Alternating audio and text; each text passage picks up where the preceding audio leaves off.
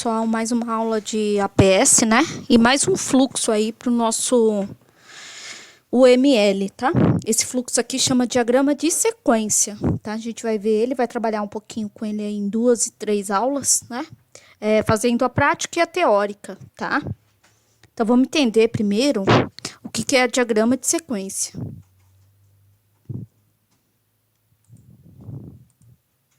Diagrama de sequência no nosso possui fluxo de negócio, tá? Então, tudo que é regra de negócio fica nesse fluxo, tá? Por isso que a gente fala que ele é um pouco mais complexo, tá? De documentar, de fazer, desenvolver, ele é um pouco mais complexo, tá? Tem que ser discutido as ideias, validado com a equipe, com o cliente, né? Então, tudo que eu vou fazendo nesse fluxo, eu vou documentando de forma que o cliente vai pedindo, né?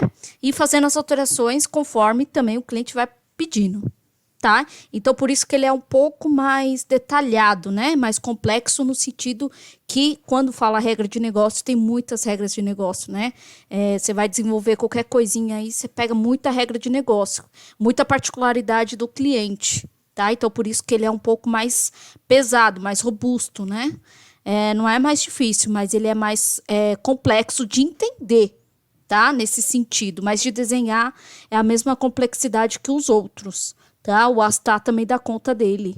A gente consegue fazer pelo Astar ou outra ferramenta que vocês, né, têm aí, ou o caderno mesmo. O diagrama de sequência, repara que esse fluxo é um pouco mais complicado, aquilo que eu falei, né? Existe o vai e o vem, né? A gente não tinha visto isso ainda, a gente só estava passando a informação, né? A gente viu isso em 2 fluxos. Mas e quando a informação vem, né, para o ator ou para o cara que está mexendo no sistema, né? Como que interage isso? Como que é isso, né? Então, esse diagrama, ele tem essa diferença aí, tá? Esse vai e vem.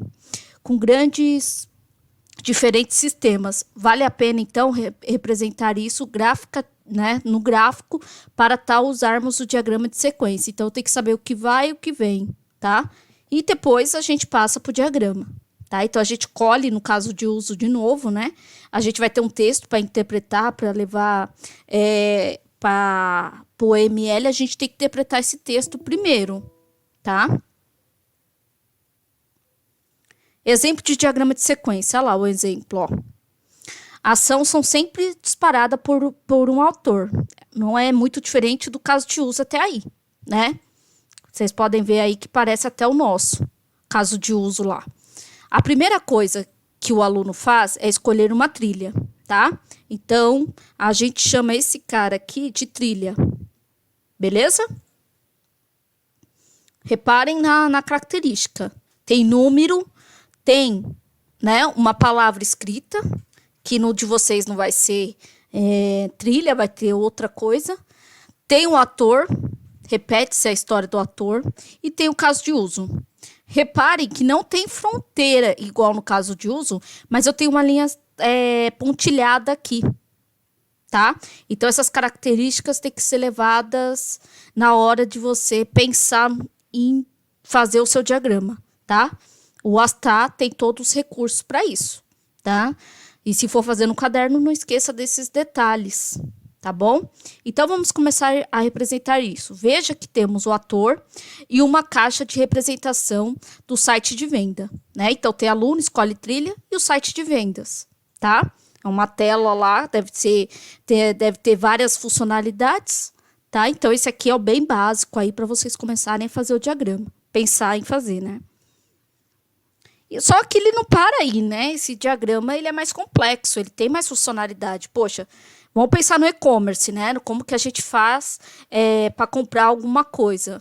É complexo. Se a gente olhar de fora, a gente vê que tem que esperar a resposta, tem que preencher o cadastro, depois do cadastro tem uma resposta, depois tem a verificação do e-mail, tem tudo um processo aí, né? Então, a gente tem que pensar em passar item a item e passar essa representação em forma de UML, em forma de diagrama, tá bom? Então, vamos ler aqui esse pedacinho e vamos ver se ficou coerente essa parte aí. Ao receber essa informação, o site de venda dispara uma ação no site PayPal, né? Que é o site onde controla a parte de cartão, de venda, que cuida da parte financeira, tá? Ela que faz essa validação. Antes a gente falava assim, com a consultora, né, do cartão, o banco. Hoje a gente vai falar do PayPal, tá? Que é ela que faz isso. Representamos como uma caixa também, tá? Porque ela é um sistema. Ela é um sistema, tá? Onde manda informação. A informação vai o quê? A compra. Né? Então, essa informação tem que bater aqui. E aqui espera uma resposta de novo para o usuário, né? Que no caso é o aluno. Tá? Então, a gente tem que observar bem isso, porque essas devolutivas de volta tem. E a gente tem que tomar bastante cuidado, tá? Aqui, ó. Então, o cliente sempre vai esperar essa resposta. Porque ele não sabe, até entanto, a compra foi para o site. Ele fez o cadastro, bonitinho. Mas e aí, foi aprovado? Né? No mundo dele, ele acha que o cartão dele tá ok. Pode ser que tenha algum problema. E quem vai dar essa resposta, né, é a prestadora do cartão, né? Então, ele tem que ser toda hora notificado. É isso que eu falei para vocês agora há pouco. É o vai e o vem de informação, né? Antes a gente só tratava como ida, né? As informações. De uma forma mais genérica. Agora não, eu tenho que me preocupar com a volta. Eu tenho que me preocupar com o que eu tenho que passar para o usuário também. Que nesse caso é um ator, né? A simbologia do ator não mudou, tá, gente? Não tem outra representação nesse caso. Né? Aí, ó. Vamos pensar nesse... Vocês estão vendo que o desenho está sendo incremental, né? Conforme vai passando a regra de negócio, eu vou colocando aqui. Olha lá. O ator aluno escolhe a trilha. Beleza. Chegou aqui no site de vendas. Tranquilo. Desse site de venda, ele vai para o ponto 2, que é o objetivo dele, é a compra. Aí, o cara que gerencia essa parte de compra, que valida cartão, vê se tem crédito, vê se tem débito, vê qual é a forma de pagamento, vê se foi efetuado de fato a compra, tá aqui, manda uma resposta. Ele tem que preencher o formulário, ele tem que escolher qual cartão ele vai pôr, como que ele vai fazer o pagamento. Às vezes pode ser um boleto, tá? Ele preenche esse formulário, manda de volta para quem? Para quem cuida do cartão. Tá? E a operadora do cartão tem que mandar um quê? Um ok, avisando, ó, pro site de compra. Ele fez a compra, foi efetivada, tá? Ele pagou certinho, tá tudo certo. Pode separar o produto dele, né? E entregar o produto, beleza? Então, essa trilha aqui, ó, ela tem numeração, ela tem uma ordem, tá? Eu não passo a escolha da trilha direto para cá. A gente tem um limitador aqui. Então, essas coisas é sempre bom a gente observar, tá? E para seguir os nossos próprios diagramas, tá bom? Olha lá. Reparem que toda a regra de negócio eu vou pondo aos poucos, né? Eu tô pondo aos poucos, olha lá. A gente viu até 5, né? Aí aqui, reparem que depois que ele recebe o ok, que eu tô entre o cenário de site de vendas e o PayPal, ele continua, ele tem que matricular, né? Porque a gente tá comprando um curso, né? Pensa na Udemy aí, né? Quem faz curso na Udemy tem isso, tem um tempinho de se matricular, eles pegar o pagamento, ver se tá ok e liberar as aulas, tá? Então, depois dessa trilha aqui do ok, o próprio site já faz a liberação da aula, da matrícula do aluno. E depois eu retorno um ok para o aluno, que ele já pode assistir a aula. Né? Então, por isso que vai e vem. A gente só tem que tomar cuidado nisso, né? Para representar isso de forma correta, tá? E sempre enumerada. Tem as setas? Ok, beleza. Só que todas as setas têm número e tem o que a seta representa. Aqui, ó, formulário de cartão. Preenche formulário, olha lá, todas setas. E tem a direção, tá? A gente também tem que observar esse vai e vem e colocar a direção certa, igual neste caso aqui, ó. Tá? Então, todas as regras de negócio do soft tem que estar registrado desta forma aqui. Beleza? Veja então, temos atores e componentes que participam desse fluxo, tá? Isso daí não é tão novidade ator, porque a gente já viu no diagrama passado. Então não há segredo, usamos as setas de um lado para outro. Olha lá, aquilo que eu falei, né? Para exemplificar em que momento está numa tela, que momento está em outra, como que está se comportando dentro do sistema, né? A gente tem que pensar assim, explicando o que cada parte faz. Qualquer pessoa, mesmo uma não técnica, consegue entender o fluxo, né? Então você sabe a regra de negócio sem muito esforço. Então eu sei como aluno, eu escolho uma trilha, né? Ou seja, eu escolho um curso. Do curso, né? Tem um catálogo, pensa que tem uns 50 cursos.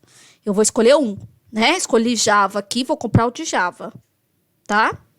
Vou solicitar o quê? O pagamento, né? O site já manda, ó, você tá interessado? Então compra. Manda o formulário, eu preencho o formulário e mando de novo, tá? Repare que passou pelo quê? Pelo site.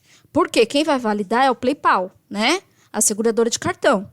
Ela que vai validar. Beleza, ela validou aqui, ela mandou pro site, ó, site. A compra da pessoa lá tá certa, do aluno, tá? Pode liberar. Aí o que acontece? Eu tenho que liberar a trilha, né? Eu tenho que matricular esse aluno, porque a aula EAD, né? Eu preciso ter o controle, porque tem as atividades, tem tudo. Então, aqui, ó, tem a matrícula. E da matrícula eu volto, ok, já pode começar a assistir a aula, né? Sucesso, você está cadastrado já na aula de Java, tá bom? Então, a gente tem que pensar desta forma. Diagrama de sequência descreve um componente interno, mostrando os eventos entre os objetos. O evento é tudo que acontece dentro do sistema, tá? A gente já vai falando dessa palavra, não é novidade também, mas essas mudanças que tem dentro do sistema, né? Essas interações que ocorrem dentro do sistema, a gente chama de evento, tá? Não vamos esquecer essa palavrinha, não. Ou interação no tempo, tá? Então, hora ele faz uma coisa no sistema, hora acontece outra, hora espera uma resposta, depois que espera uma resposta, eu mando a resposta para o usuário. Então, esse tipo de interação e evento, a gente tem que estar bem metalizado, né? E bem lido nos nossos casos de uso, para a gente começar a fazer eles de forma realmente assertiva, tá bom? Não mostram associação entre os objetos. Ator, no outro, a gente mostrava de fato o que ele estava ligando, né? O ator e o caso de uso dele, né? Cadastrar aluno, por exemplo, né? Nesse não acontece. Há uma mudança aí, tá bom? Então, a gente tem que começar a perceber as mudanças de um fluxo para o outro. Isso é muito importante. Porque quando eu cobrar, eu só vou dar o nome do fluxo. Eu não vou mais detalhar o que é cada um, né? Já tem uma documentação, já tem um PPT. Então, comecem a fazer os fluxos e perceber as diferenças de um para o outro. A gente está no terceiro, né? A gente vai ver mais coisas ainda, né? A gente vai ver mais fluxo, tá? E com intensidades diferentes. O diagrama de classe a gente vai ver com mais intensidade, porque ele é mais útil na questão de programação, tá bom?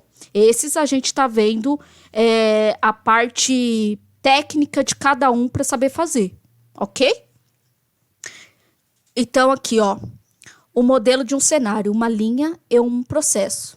Olha de novo, cada processo é representado pelas linhas pontilhadas, tá? Composta de objetos e evento entre elas. Então, volta aqui, ó. Isso aqui é um evento, tá? Isso aqui é um evento, isso aqui é o acontecimento. Tá? Então, quando a gente pegar o caso de uso, a gente tem que começar a separar dessa vez, grifando essas coisas que acontecem dentro, tá? Desses eventos. E fazer a linha pontilhada para cada momento, em cada processo do seu sistema. Beleza? Ordenação sequencial do tempo. Não podemos inverter a sequência do tempo. Como assim, professora? Exemplo, ele não faz a compra direto, né? Eu não posso pôr o 2 aqui já. Ele tem uma trilha a seguir, né? Ele tem um processo para depois comprar, tá? Ele não vai direto. Ou pior, né? Ele já pede pro cara da seguradora do cartão liberar o crédito, sendo que ele nem escolheu o curso ainda. Não faz sentido. Tá? Então, o tempo aí, a trilha do tempo, a passagem do tempo nesse fluxo também é importante, tá bom? Os objetos interagem entre si. Os cenários mostram o fluxo da interação do objeto no tempo. Essa interação são representadas por sequências de mensagens. Um objeto manda uma mensagem para o outro, tá? Ó, tem uma observação aí. São disparados por eventos, operações na origem, que podem disparar outras operações no destino. Tá? Essa interação de mensagem é aquilo que eu coloquei na seta e enumerei, tá bom? As operações no destino disparada para outras mensagens, tá? Um programa OO é sequência de mensagens, né? Então, cada momento de a gente vai ver a orientação objeto quando a gente falar de classe, diagrama de classe, tá? Aí faz mais sentido essa parte. Tá? Mas o que a gente tem que saber é que tem trocas de informação a todo momento nesse fluxo, conforme suas setas, as suas direções, tá bom? Aqui tem outro exemplo, né? Anotação, né? Então, aqui eu fiz de um jeito que vocês consigam começar a absorver o que é cada coisa, tá? A condição, guarda-se novo, né? O tempo down, né? É o teste de cima para baixo, que a gente costuma falar, que a gente não vai mexer. Aqui tem um objeto, né? No nosso tinha um objeto, deixa eu representar ele aqui de novo, ó. Deixa eu pegar ele aqui. Né? Objeto. Esse cara aqui é o objeto, tá? Então vamos fazer nos elos aí. Olha lá, né? Um objeto. Aqui, né, a gente pode representar assim ou pela linha tracejada. Aqui tem a mensagem de envio, a mensagem de retorno e a exclusão se houver, se seu caso de uso tiver esse item bem claro. Se não tiver, você não deve pôr o excluir, tá bom? E todo momento a gente tem um objeto, né? Como eu mostrei lá. A gente tem o objeto do PlayPal, a gente tem do site, a gente tem o retornos, as mensagens de retornos, porém a gente não tem o excluir. Ó lá. Deixa eu mostrar aqui para vocês, ó.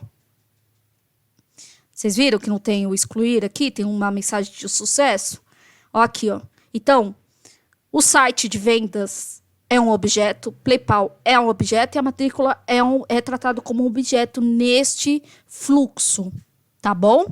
E aqui a gente tem as mensagens, idas e vindas, ok? O diagrama de sequência, o primeiro objeto é normal ser um ator, né?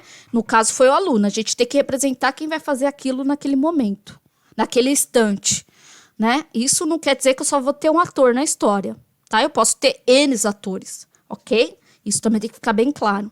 As mensagens são ordenadas no tempo, né? Igual eu falei, a gente não pode mandar mensagem errada, né? A gente não pode comprar antes de escolher um produto, né? A gente tem que saber qual é o processo básico, pelo menos dentro do sistema, para a gente conseguir fazer esse fluxo de forma tranquila, tá bom? Geralmente a gente deixa o caso de uso bem claro isso, tá? Os eixos dos tempos estão presentes. Mostra na linha de vida os objetos, tá? Um diagrama de sequência para cada caso de uso, tá bom? De novo, o que é caso de uso? É um texto descritivo, né? Que a gente passa todas as informações, todo o nosso problema a gente coloca no caso de uso, ok? Hoje, a gente descreve isso para vocês, a gente professor, né? Daqui a um tempo quem vai descrever isso vai ser o cliente, tá? Aí aqui tem um exemplo, né, mais detalhado, e esse é um exemplo de caso de uso, tá bom? Imagina que esse mesmo site é uma forma colaborativa onde o aluno pode submeter a correção de exercício a eles postados. Olha lá, né? Então, esse site, ele faz mais coisas, né? Se eu mando a correção, eu como aluno, eu espero uma correção e uma devolutiva do professor. Já entra outra pessoa. Isso que eu só tô dando uma olhada, né? Li a primeira linha. Essa correção são aprovadas através de modeladores, tá? E o fluxo é básico, assim. Tem um aluno que faz exercício. Ao perceber um problema, ele clica no link de correção e revisão. Né? Então, a todo momento, ele está nesse cenário. Né? Vamos supor que ele fechou um módulo. E este módulo que ele fechou, ele tem que fazer uma revisão, né? Ou ele tem uma atividade de revisão. Então, ele volta aí para fazer esse papel. Isso ocorre numa forma para corrigir um exercício que vem do sistema de correção. Então, o professor já deixa tudo pronto lá, as correções, né? Então, vamos ver.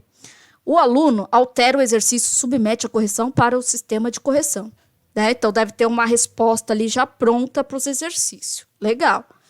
O modelador carrega depois uma lista de correção dos aprovados. Tá? Esse é outro ponto. Ele aprova a correção que faz com que as alterações sejam aplicadas no exercício e notificando o aluno. Então, o aluno sabe que hora que a correção acabou e começou. Já estou deduzindo aqui, já estou desenhando antes mesmo de começar a abrir a ferramenta, né? Já estou separando as coisas. Temos 2 atores, aluno e a moderador, né? Que é o cara que faz o papel do corretor, né? Além disso, existe o sistema de exercícios de correção. Então, vamos ver como fica esse cara. Reparem que eu fiz em cada linha uma ação. Ok? Quando eu der um caso de uso, copie ele. Deixa ele por partes. Fica melhor, tá bom? Porque assim, se a gente for ler um texto corrido demais, é perigoso a gente deixar de fazer alguma coisa. Tá? A gente não vai conseguir detectar certas ações, né? Certos períodos de acontecimentos. E se eu omitir a parte de evento, o meu fluxo vai estar errado, ok? Então, deixa sempre o caso de uso em pequenas partes, tá bom? Porque aí fica melhor para a gente ver este cara. Eu falei para vocês que a gente tem 2 atores, aluno e moderador, né? Que é o corretor. Tá aqui, na linha do tempo, né? Então, tem alguém para resolver o exercício. Quem resolve o exercício sempre é o aluno, né? É o aluno nesse primeiro momento. Ele manda para o sistema de quê? De exercício. O que é aqui? É um objeto, né? Ele manda para o sistema pegar essa correção e mandar uma resposta. Quando ele manda a resposta para o aluno, tá? Depois que manda a resposta para o aluno pode virar e falar assim, acho que essa correção está errada. Eu vou pedir outra correção, né? Vou pedir uma correção aqui. Depois que ele pede essa correção, aí vai para o sistema de correção, tá? Que é onde fica todas as correções dos exercícios, né? Deve ser automático. Se for automático, tem uns parâmetros, tá? De acerto aí, umas palavras-chave para fazer a correção, tá? Depois que pede a correção, vai para o formulário de correção, mas volta para o aluno. Aqui a seta. Tá bom? Depois que vai para o aluno no 6, ele já pede para submeter a correção. Tá? Depois que ele submete a correção, tem a confirmação disso tudo. Tá? Ele tem que confirmar que ele tá mandando o quê? Para submeter a correção. Tá bom? Reparem que tem uma linha que não tem nada a ver com esses caras, que é o corretor. Ele pede a lista de correção, número 8, ó. Ele passa por todo o cenário, mas ele não tem uma ligação direta, né, com o cenário. Ele só passa. Por quê? Porque ele vai precisar desse cara aqui, ó. O sistema de correção. É lá que tá a lista. Beleza? Depois que veio a lista, vem a lista dos aprovados. Eu tenho uma resposta. Então, eu mandei pedir a lista. Dessa lista, eu tenho os aprovados. Beleza? E depois, aprova a correção, né? Tá aqui com ele. Ele vai ver se tá tudo certo. Se a quantidade 10 de aprovados, tá certo. Se nenhum foi prejudicado. Aí ele manda para o sistema de novo. Mas que sistema? O sistema que guarda a correção. Tá? E aqui, no 11, se a gente reparar, ele aplica a correção. Tá? Ele já manda uma correção única aqui, né? Para o sistema de exercício. Ele libera, é como se naquele momento o aluno, daqui a pouco, ele consiga ver, né? Olha lá. Depois eu só notifico o aluno que a correção tá lá, que ele precisa ver, tá? Depois eu confirmo com o professor, né? Com o cara que vai fazer, que fez essa iteração, né? Que corrigiu esses exercícios. Tá bom? Então, reparem que é um cenário simples, mas bastante detalhado, tá? O exercício, esses exercícios são bastante detalhados, por isso que você tem que fazer pequenas partes. Lê um pedaço, grifa, faz o fluxo. Lê outro pedaço, acrescenta. Faz de forma incremental, né? Para ficar completo. Assim você não esquece de nada, tá? E aqui tem outro exemplo lá, ó, né? Esse é o mais de venda, né? Ah lá, o cliente preenche com CNPJ, né? Um campo. Deve ter uma tela, né? Para isso. Deve ter um formuláriozinho que a gente já aprendeu até fazer, né? Com esses dados.